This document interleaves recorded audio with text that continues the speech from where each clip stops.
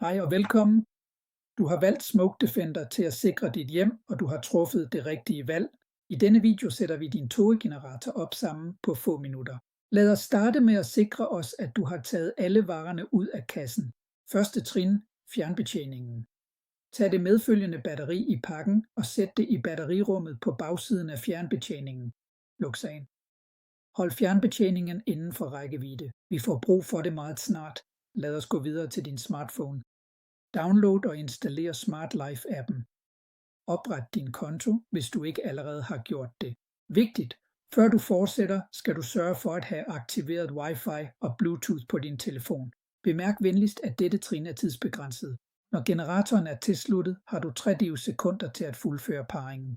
Først skal du tilslutte transformeren til generatoren, og derefter skal du tilslutte transformeren til din stikkontakt. Så snart den er tilsluttet, skal du hurtigt trykke på knappen på fjernbetjeningen 3 gange. Kig på bagsiden af generatoren. Et blåt lys bør dukke op for at bekræfte, at kommandoen er modtaget. Stadig inden for dette vindue på 30 sekunder skal du åbne Smart Life-appen. Klik på det lille plustegn øverst til højre for at tilføje en enhed. Appen vil automatisk registrere sikkerhedstoggeneratoren. Vælg den, bekræft din Wi-Fi-kode og lad installationen blive færdig. Vær forsigtig med ikke at trykke på aktiver-knappen, ellers udløser du straks togen. Sådan: din Smoke Defender generator er nu tilsluttet.